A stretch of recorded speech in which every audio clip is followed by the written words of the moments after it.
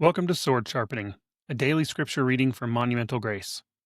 Our objective is to help people struggling with suicide follow Christ, replacing their despair with His divine purpose, transforming their darkest moment into a beacon of His light as they encounter God's monumental grace. I'm Chuck Kelly, and the purpose of the Sword Sharpening podcast is simple: to slow down, stay in one book of the Bible, and sharpen our knowledge and usage of Scripture through repeated exposure to the Word.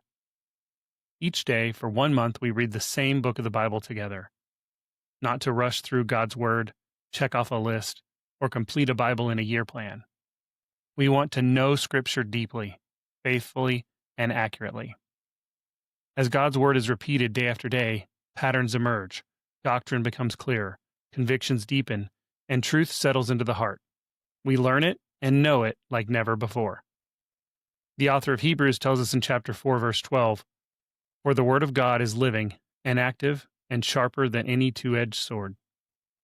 So wherever you are, driving, working, praying, or sitting quietly with your Bible open, let the Lord use His word to renew your mind, strengthen your discernment, sharpen your conviction, and conform you to Christ.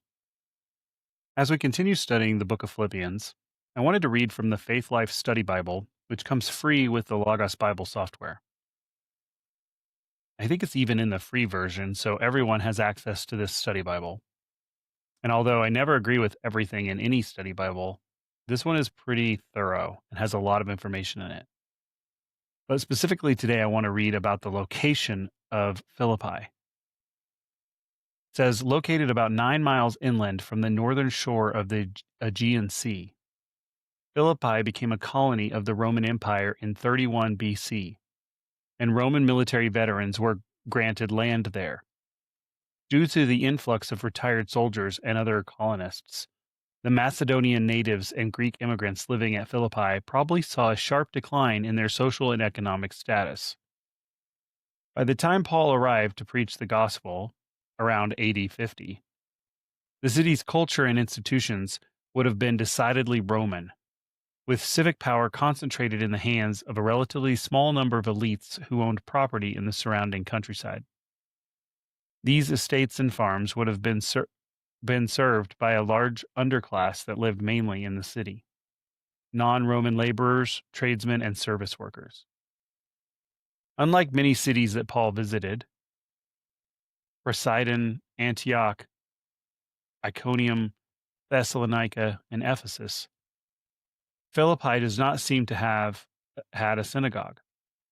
Neither the text of Acts 16 nor the book of Philippians indicate a Jewish community, aside from several God-fearing women meeting for prayer outside the city in Acts 16, verse 13. I hope that helps you learn where Philippi is and about its context. Now let us hear the word of the Lord. This is Sword Sharpening, and we will be reading from the Legacy Standard Bible translation. Let us hear the word of the Lord. Philippians, chapter 1. Paul and Timothy, slaves of Christ Jesus, to all the saints in Christ Jesus who are in Philippi, with the overseers and deacons, grace to you and peace from God our Father and the Lord Jesus Christ. I thank my God in all my remembrance of you, always offering prayer with joy in my every prayer for you all, because of your fellowship in the gospel from the first day until now. For I am confident of this very thing, that he who began a good work in you will perfect it until the day of Christ Jesus. For it is only right for me to think this way about you all, because I have you in my heart, since both in my chains and in the defense and confirmation of the gospel, you are all fellow partakers with me in this grace. For God is my witness, how I long for you all with the affection of Christ Jesus. And this I pray, that your love may abound still more and more in full knowledge and all discernment, so that you may approve the things that are excellent, in order to be sincere and without fault until the day of Christ, having been filled with the fruit of righteousness which comes through Jesus Christ, to the glory and praise of God. Now I want you to know, brothers, that my circumstances have turned out for the greater progress of the gospel, so that my chains in Christ have become well known throughout the whole Praetorian Guard, and to everyone else, and that most of the brothers, having become confident in the Lord because of my chains, have far more courage to speak the word of God without fear. Some, to be sure, are preaching Christ even from envy and strife, but some also from goodwill.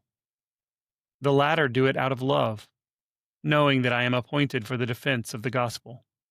The former proclaim Christ out of selfish ambition, rather than from pure motives, thinking to cause me affliction in my chains. What then? Only that in every way, whether in pretense or in truth, Christ is proclaimed. And in this I rejoice. Yes, I will rejoice. For I know that this will turn out for my salvation, through your prayers and the provision of the Spirit of Jesus Christ, according to my earnest expectation and hope, that I will not be put to shame in anything, but that with all boldness Christ will even now, as always, be magnified in my body, whether by life or by death. For to me, to live is Christ, and to die is gain. But if I am to live on in the flesh, this will mean fruitful labor for me, and I do not know what I will choose.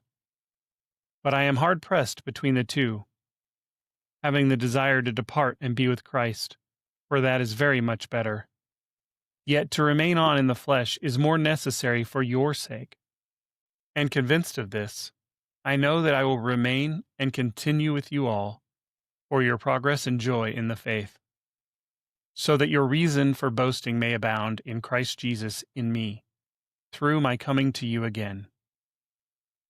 Only live your lives in a manner worthy of the gospel of Christ, so that whether I come and see you or remain absent, I will hear about your circumstances, that you are standing firm in one spirit, with one mind, contending together for the faith of the gospel, in no way alarmed by your opponents, which is a sign of destruction for them, but of salvation for you, and that too from God. For to you it has been granted for Christ's sake, not only to believe in him, but also to suffer for his sake, having the same struggle which you saw in me, and now here to be in me. Chapter 2.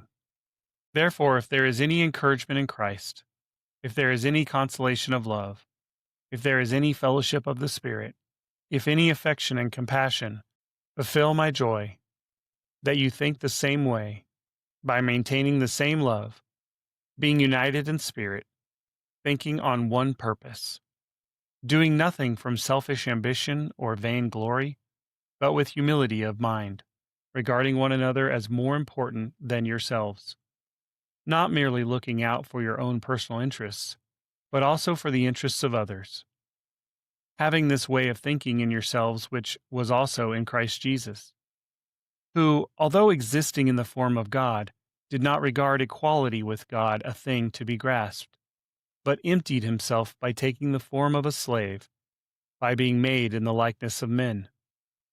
Being found in appearance as a man, he humbled himself by becoming obedient to the point of death, even death on a cross. Therefore God also highly exalted him, and bestowed on him the name which is above every name, so that at the name of Jesus every knee will bow, of those that are in heaven and on earth and under the earth, and that every tongue will confess that Jesus Christ is Lord, to the glory of God the Father. So then, my beloved, just as you have always obeyed, not as in my presence only, but now much more in my absence, work out your salvation with fear and trembling, for it is God who is at work in you, both to will and to work for his good pleasure.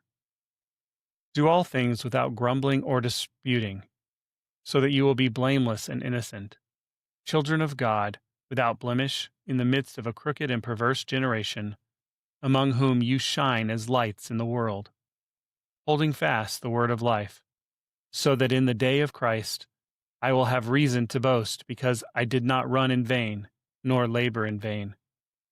But even if I, being poured out as a drink offering upon the sacrifice and service of your faith, I rejoice and share my joy with you all. And you also rejoice in the same way and share your joy with me. But I hope in the Lord Jesus to send Timothy to you shortly, so that I also may be in good spirits when I learn of your circumstances. For I have no one else of kindred spirit who will genuinely be concerned about your circumstances. For they all seek after their own interests, not those of Christ Jesus. But you know of his proven worth, that he served with me in the furtherance of the gospel like a child serving his father. Therefore I hope to send him immediately, as soon as I evaluate my own circumstances. And I am confident in the Lord that I myself also will be coming shortly. But I regarded it necessary to send to you Epaphroditus, my brother and fellow worker and fellow soldier, who is also your messenger and minister to my need, because he was longing for you all, and was distressed because you had heard that he was sick. For indeed he was sick to the point of death, but God had mercy on him, and not on him only, but also on me, so that I would not have sorrow upon sorrow. Therefore I have sent him all the more eagerly, so that when you see him again you may be rejoiced, and I may be less concerned. Receive him then in the Lord with all joy, and hold men like him in high regard, because he came close to death for the work of Christ, risking his life to fulfill what was lacking in your service to me. Chapter 3. Finally, my brothers, rejoice in the Lord. To write the same things again is no trouble to me, and it is a safeguard for you. Beware of the dogs, beware of the evil workers, beware of the mutilation. For we are the circumcision, who worship in the Spirit of God, and boast in Christ Jesus, and put no confidence in the flesh. Although I myself might have confidence even in the flesh, if anyone else has a mind to put confidence in the flesh, I far more. Circumcised on the 8th day, of the nation of Israel, of the tribe of Benjamin, a Hebrew of Hebrews. As to the law, a Pharisee. As to zeal, a persecutor of the church. As to the righteousness which is in the law, found blameless. But whatever things were gained to me, those things I have counted as loss for the sake of Christ. More than that, I count all things to be loss because of the surpassing value of knowing Christ Jesus my Lord, for whom I have suffered the loss of all things, and count them but rubbish, so that I may gain Christ, and be found in him, not having a righteousness of my own, which is from the law, but that which is through the faith in Christ. More than that, I count all things to be loss, because of the surpassing value of knowing Christ Jesus my Lord, for whom I have suffered the loss of all things, and count them but rubbish, so that I may gain Christ, and be found in him, not having a righteousness of my own, which is from the law, but that which is through faith in Christ, the righteousness which is from God upon faith, that I may know him, and the power of his resurrection, and the fellowship of his sufferings, being conformed to his death, in order that I may attain to the resurrection from the dead. Not that I have already obtained it, or have already become perfect, but I press on so that I may lay hold of that for which also I was laid hold of by Christ Jesus. Brothers, I do not consider myself as having laid hold of it yet, but one thing I do, forgetting what lies behind and reaching forward to what lies ahead. I press on towards the goal for the prize of the upward call of God in Christ Jesus. Let us therefore, as many are perfect, think this way, and if in anything you think differently, God will reveal that also to you. However, let us keep walking in step with the same standard to which we have attained. Brothers, join in following my example, and look for those who walk according to the pattern you have in us.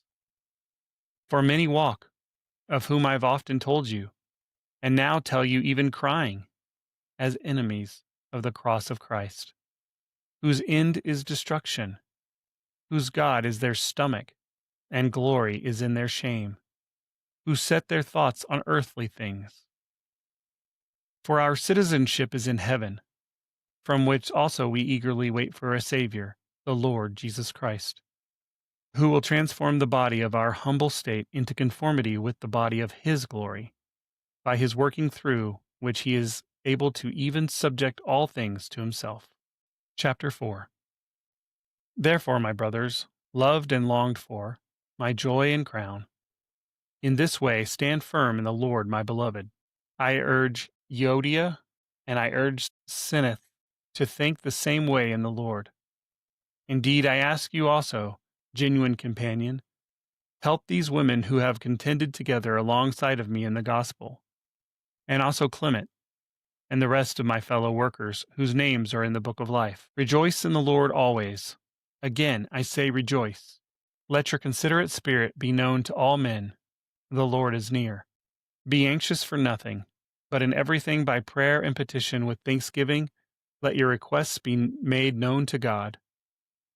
And the peace of God, which surpasses all comprehension, will guard your hearts and your minds in Christ Jesus. Finally, brothers, whatever is true, whatever is dignified, whatever is right, whatever is pure, whatever is lovely, whatever is commendable, if there is any excellence, and if anything worthy of praise, consider these things. The things you have learned and received and heard and seen in me, practice these things, and the God of peace will be with you. But I rejoiced in the Lord greatly, that now at last you have revived thinking about me. Indeed, you were thinking about me before, but you lacked opportunity. Now that I speak from want, for I learned to be content in whatever circumstances I am. I know how to get along with humble means, and I also know how to live in abundance. In any and all things I have learned the secret of being filled and going hungry, both of having abundance and suffering need. I can do all things through Him who strengthens me. Nevertheless, you have done well to fellowship with me in my affliction.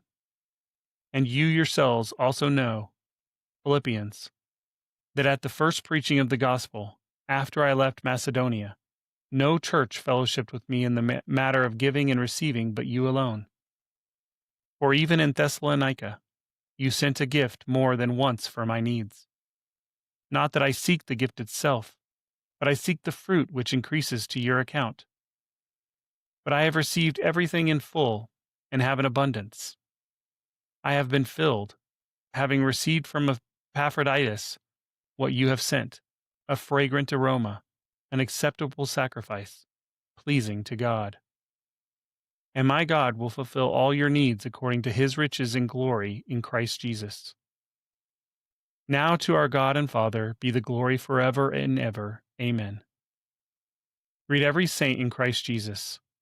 The brothers who are with me greet you. All the saints greet you, especially those of Caesar's household. The grace of the Lord Jesus Christ be with your spirit. You have been listening to Sword Sharpening from Monumental Grace. Continue in the Word today. Read it carefully. Meditate on it prayerfully. Return to it repeatedly. Hide it in your heart and remain watchful in your walk with Christ. As Paul writes in his second letter to Timothy, all Scripture is God-breathed and profitable for teaching, for reproof, for correction, for training in righteousness, so that the man of God may be equipped, having been thoroughly equipped for every good work. If this daily Scripture podcast has encouraged you, share it with someone who needs more of God's Word in their life. May the Word of Christ dwell in you richly. Until tomorrow, put on the full armor of God, stand firm in the faith, and keep your sword sharp.